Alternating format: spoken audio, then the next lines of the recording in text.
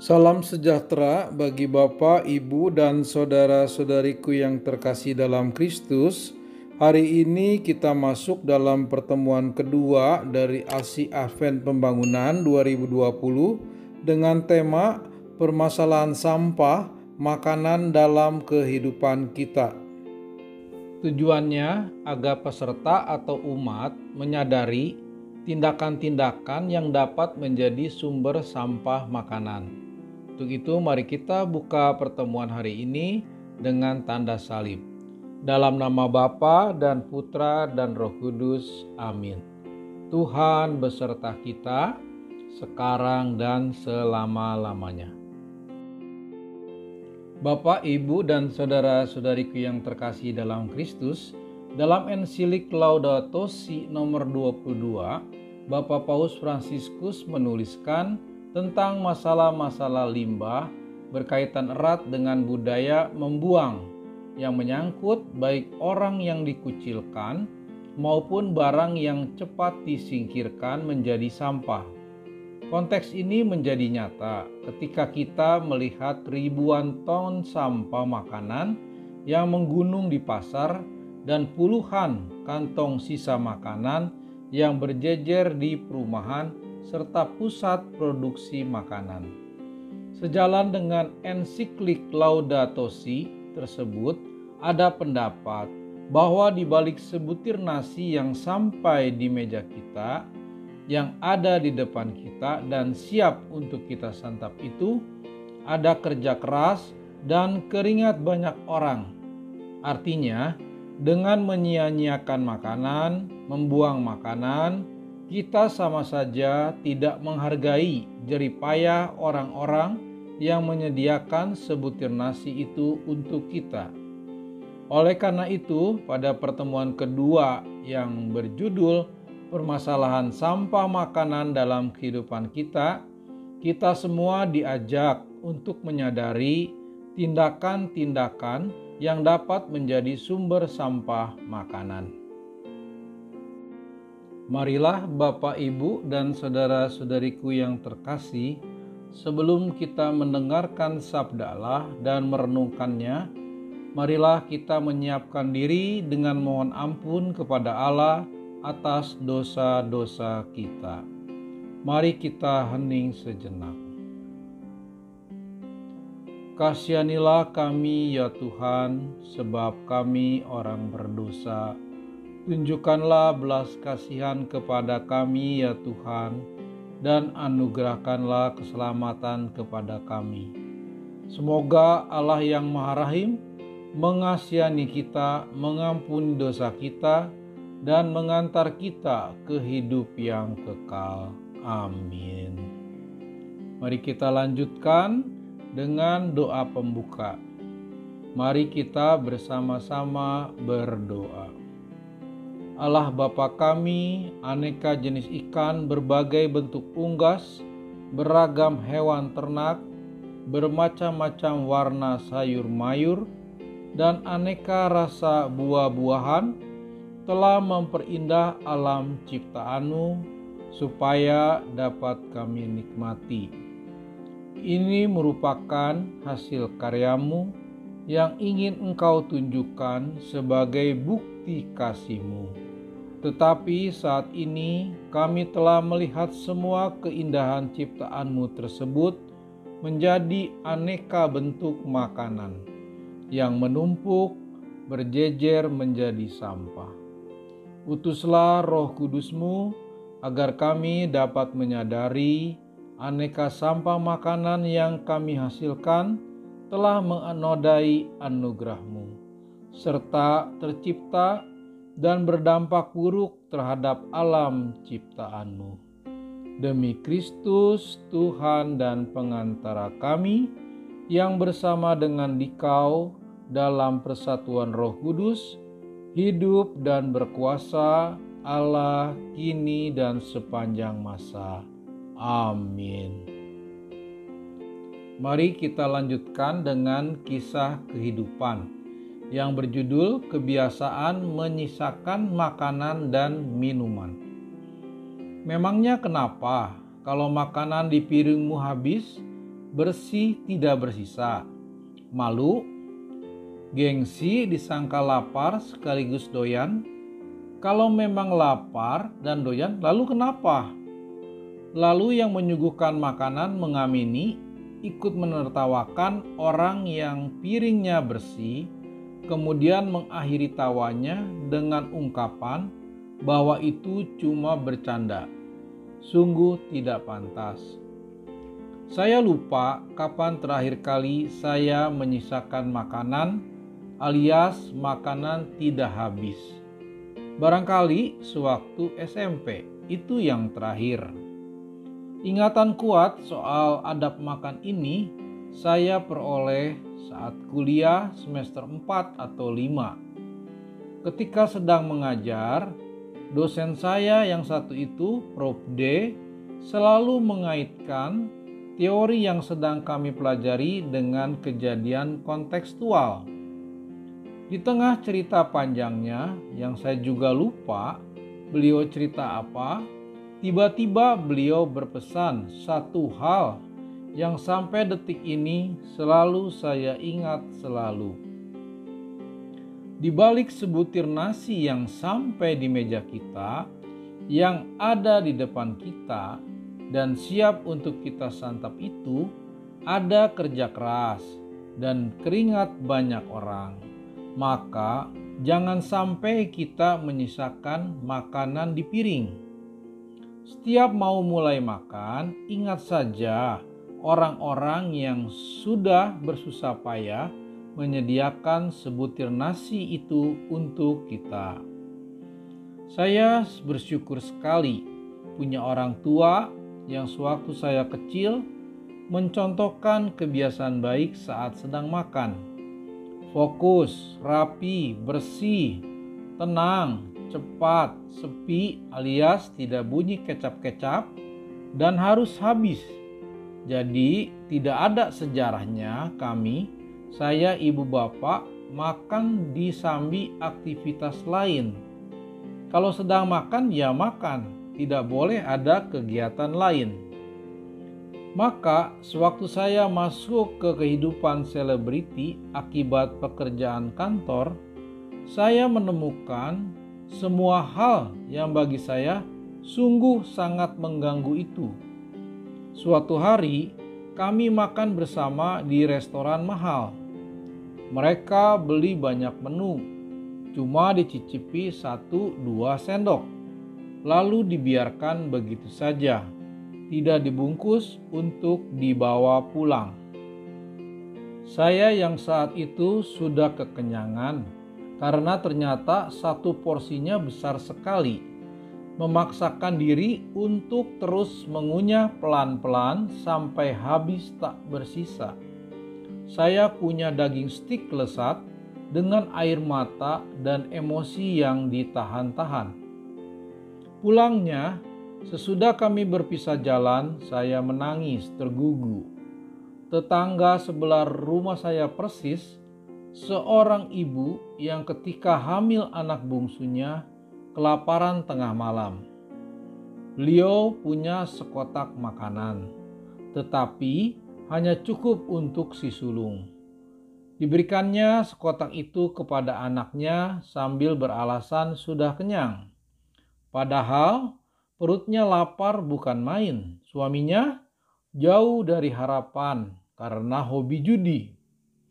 Akhirnya beliau keluar rumah diam-diam menuju rumah tetangga sebelahnya yang menggantung satu kantong plastik hitam di pagar rumah. Diambilnya kantong itu lalu dibawa ke dalam rumah. Satu kantong plastik itu menyelamatkan dirinya sejenak pada malam itu. Apa isi kantong plastik itu? Ialah makanan sisa. Makanan yang sengaja digantung di pagar supaya diambil kucing. Makanan yang sungguh tidak layak dikonsumsi manusia, apalagi ibu hamil. Makanan itu bahkan kita tidak bisa menyebutnya sebagai makanan lagi, sebab itu sampah. Hanya mengingatkannya saja hati saya sakit sekali. Bahkan ketika menulis ini, mata saya memerah. Saya sungguh membenci sifat dan tindakan orang yang hobi menyisakan makanan. Ditulis oleh Diajeng Larasati Sekar Arum, seorang blogger, penulis konten di salah satu TV nasional. Demikianlah cerita kisah kehidupan. Akan kita lanjutkan dengan bacaan dari kitab suci. Pembacaan kitab suci diambil dari Lukas bab 11 ayat 1 sampai 4. Marilah kita mendengarkan sabda Tuhan. Pada suatu kali, Yesus sedang berdoa di salah satu tempat. Ketika ia berhenti berdoa, berkatalah seorang dari murid-muridnya kepadanya, "Tuhan, ajarlah kami berdoa, sama seperti yang diajarkan Yohanes kepada murid-muridnya." Jawab Yesus kepada mereka, "Apabila kamu berdoa, katakanlah, Bapa, dikuduskanlah namamu, datanglah kerajaanmu. Berikanlah kami setiap hari makanan kami yang secukupnya, dan ampunilah kami akan dosa kami, sebab kami pun mengampuni setiap orang yang bersalah kepada kami. Dan janganlah membawa kami ke dalam pencobaan."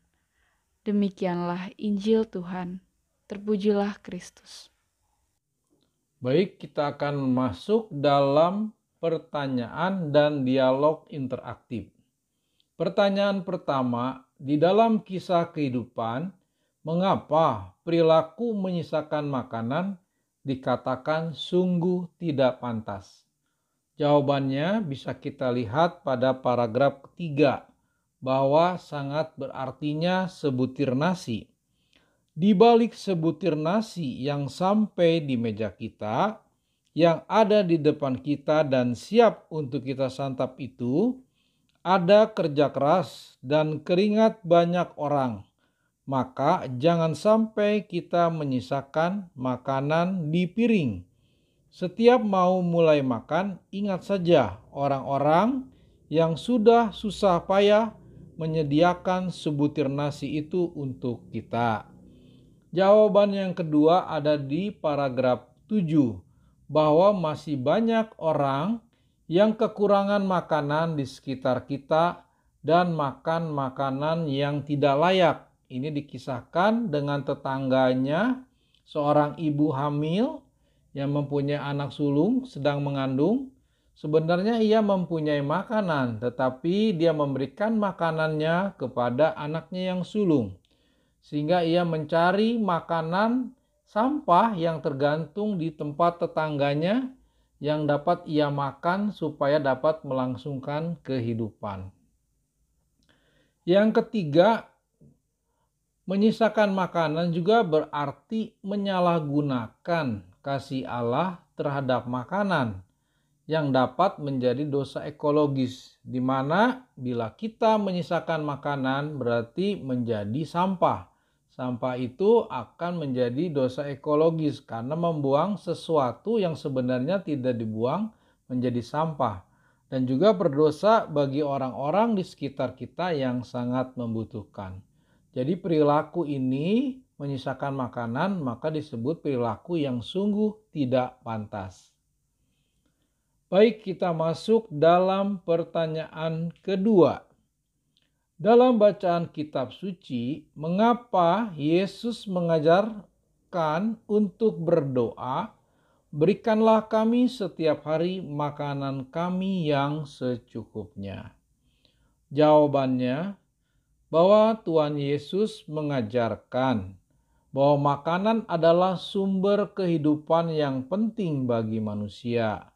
Sehingga pergunakan dengan sebaik mungkin dan secukupnya, tidak berlebih-lebihan, bahkan terbuang percuma. Baik, kita masuk dalam pertanyaan ketiga. Dalam kehidupan Anda, perilaku apa yang berpotensi menjadi sumber sampah makanan? Jawabannya yang pertama adalah perilaku khawatir. karena merasa diri tidak cukup kenyang, maka mengambil makanan sebanyaknya sehingga akhirnya tidak dimakan semua. Ya. Kemudian yang kedua adalah perilaku gengsi. Jika saya membeli secukup makanan, takut dikira oleh orang lain adalah perilaku yang pelit, ya. Jadi saya akhirnya membeli makanan yang jumlahnya cukup besar, yang akhirnya tidak kita makan semuanya. Yang ketiga adalah perilaku serakah dan rakus.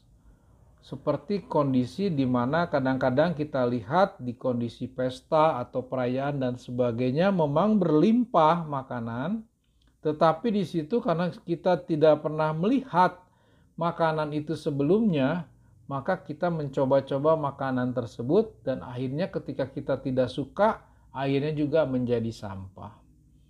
Kemudian ada lagi dikenal dengan perilaku kesempatan. Nah, ini seperti contoh yang tadi, misalnya di suatu acara menyediakan banyak makanan melimpah. Nah, ini ada kesempatan bahwa kita bisa makan sebanyak-banyak makanan yang ada di pesta tersebut. Nah, ini ada perilaku yang mencari kesempatan mencoba makanan sebanyak-banyaknya. Dan akhirnya ketika mengambil makanan dan makanan yang kita ambil itu membuat kita sudah kenyang, akhirnya menyisakan banyak makanan. Dan yang kelima adalah perilaku takut atau suatu menjadi kebiasaan. Jadi ketika mengadakan acara, ya, maka takut, khawatir kalau menyediakan secukupnya makanannya akan habis. Maka disediakan makanan yang berlebihan, ya. Nah, hal-hal ini yang harus diperhatikan bahwa perilaku ini harus mulai dikurangi bahkan dihilangkan. Demikian pertanyaan dan dialog interaktif dari kisah kehidupan dan dari bacaan Injil. Mari kita rangkumkan jawaban-jawaban dari pertanyaan yang di atas. Pertama, bahwa makanan adalah kebutuhan hidup manusia. Tanpa makanan, manusia akan kelaparan. Allah Sang Pencipta menciptakan makanan dengan penuh kasih demi sang ciptaannya agar berbahagia. Allah dan banyak manusia ikut terlibat di dalam seluruh rangkaian makanan yang kita santap dan kita buang. Jika kita renungkan bagaimana perjalanan sepiring nasi yang kita makan melibatkan banyak proses, mulai dari petani menanam padi, perlu benih yang disiapkan oleh ahli-ahli pertanian, kemudian petani dan buruh tani merawat benih hingga panen, suatu proses panjang dari bulir padi menjadi beras. Dilanjutkan, beras diangkut dan didistribusikan ke pasar, kemudian dari pasar menuju rumah-rumah. Baru kemudian beras ditanak menjadi nasi. Jadi kita wajib menghargai makanan yang akan kita santap. Kita harus berusaha menghabiskan makanan dan makan secukupnya, baik di rumah atau di kegiatan lainnya. Makanan yang layak makan sebagai sisanya dapat dibagikan bagi orang atau masyarakat yang membutuhkan, tidak menjadi sampah makanan. Kebiasaan baik ini harus dipupuk dan diajarkan kepada anak-anak kita dan generasi muda lainnya, juga orang-orang di sekitar kita. Ajaran tentang makanan yang secukupnya ini juga telah diajarkan oleh Tuhan Yesus sendiri dalam doa Bapa kami, yaitu berikanlah kami setiap hari makanan kami yang secukupnya. Di sini Tuhan Yesus mengajarkan kepada kita sebagai pengikutnya bahwa makanan adalah sumber kehidupan yang penting bagi manusia. Sehingga pergunakan dengan sebaik mungkin dan secukupnya, tidak berlebih-lebihan, bahkan terbuang percuma. Bahkan berbagi kasih dengan sesama yang membutuhkan seperti kisah kehidupan Bunda Teresa yang begitu menghargai orang-orang yang menderita kelaparan. Mari Bapak, Ibu, dan saudara-saudariku yang terkasih, kita tutup pertemuan hari ini dengan doa penutup. Mari kita berdoa bersama-sama. Allah Bapa kami, aneka sampah makanan telah berserak di bumi. Aneka sayur mayur menggunung di pasar-pasar.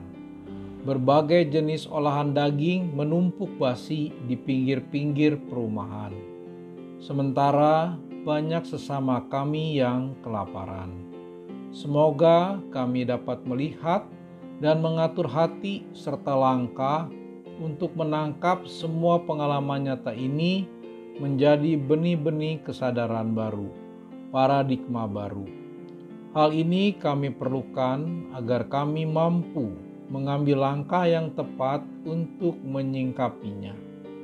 Demi Kristus, Tuhan dan pengantara kami, yang bersama dengan Dikau dalam persatuan Roh Kudus, hidup dan berkuasa, Allah kini dan sepanjang masa.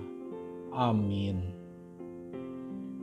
Marilah kita mohon berkat Tuhan, supaya segala upaya kita dalam menyiapkan Natal sebagai kelahiran Tuhan mencapai hasil yang seperti yang kita harapkan, dan kita dapat memiliki paradigma baru terhadap makanan.